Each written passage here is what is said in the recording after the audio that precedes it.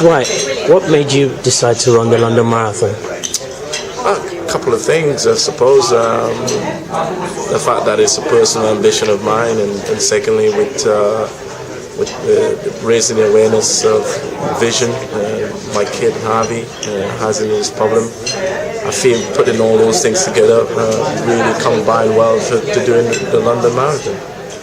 You ever done a marathon before? No, nowhere near, nowhere close, no reason for it. But you know, life is about challenge, and this is one of them again. What's the furthest you've ever run? Since I've taken up the opportunity to do the London Marathon, 16, 17 miles. What time do you hope to set? Well, I've done that in just under 2 hours. So, you know, if you do the calculation, I'm looking at 3 hours if I can maintain the sort of speed I was going at. And it will have to be a maintenance job to get through to the next 10 miles. But, you know, from what I've been told and listen to people and the atmosphere and the occasion and all of that, will inspire you to keep going. If you manage to finish the marathon this year, would you come back again? Well, I see how I feel. I mean, that's the thing. Life is about challenge for me. I often do like that, and you know, we'll see. I just have to take one step at a time. Just weigh this up, see how I get on, see if I complete it, and then maybe take it up another time. Who knows? Apart from the marathon and this media work you do every now and again, what else are you up to? Well, I'm ambassador for my country, Trinidad and Tobago, a sporting ambassador, so I do a lot of work there. I also try to help tourism in our part of the world, so I've got 1 or 2 projects that is ongoing, and keeps me active and keeps me busy, and I tend to go away and do on media work in the Far East and stuff as well, so in that respect I'm pretty busy, yeah. Now to your club, a club I know it's dear to your heart, Manchester United. You were part of the last Man United team that did the treble in 1999.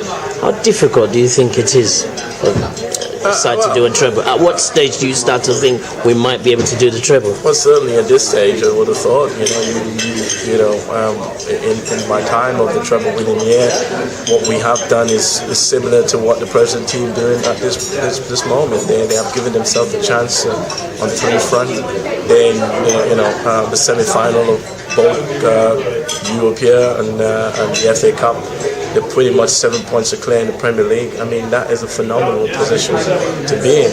Ours was nip and tuck in 1999. You know, there was only 1 point difference. So I think they're in a far better position than us. Whether they go on to do it, of course, we all hope that will be the case.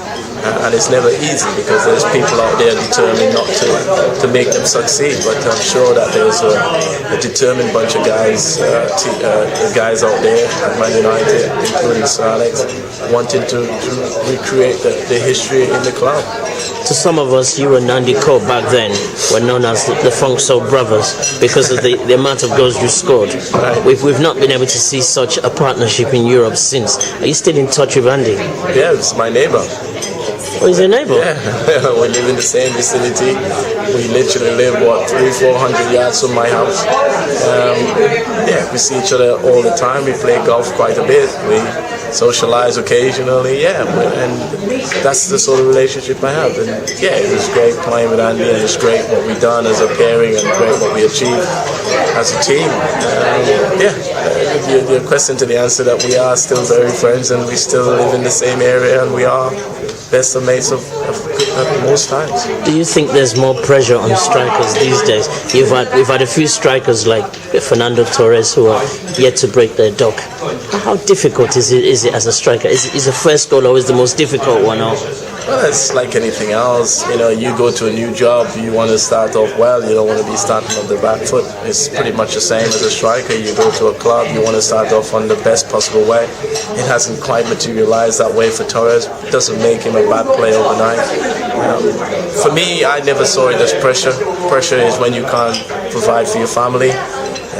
That's how I see pressure. Pressure wasn't getting paid lots of money and playing for a top club like Chelsea and wanting to score a goal. How could that possibly be pressure? I think he just has to embrace the fact that that he has to continue to work hard. The reason why Chelsea's paid 50 million because he's a pretty damn good player, and once you keep believing that and he keep working his way, his only time will tell, and things will turn around for him.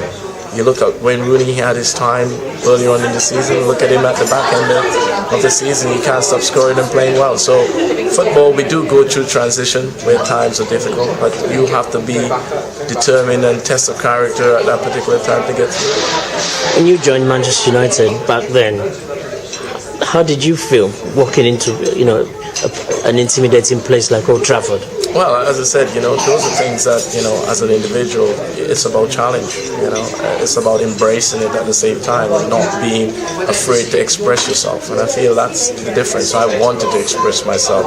I wanted to be at Man United. I want this occasion to be special. And lucky enough, I went into a team with fantastic players, with a great manager, with a great foundation, and it was easy for me to fit into that. So, that's what it was all about for me, and whatever comes with it afterwards, which was to win trophies and be in that part of the world, it was great. I couldn't complain. You played for arguably one of the best Manchester United sides under Sir Alex Ferguson.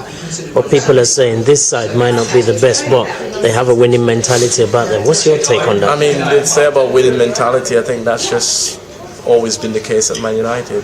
Winning mentality has always been there. That's never in question.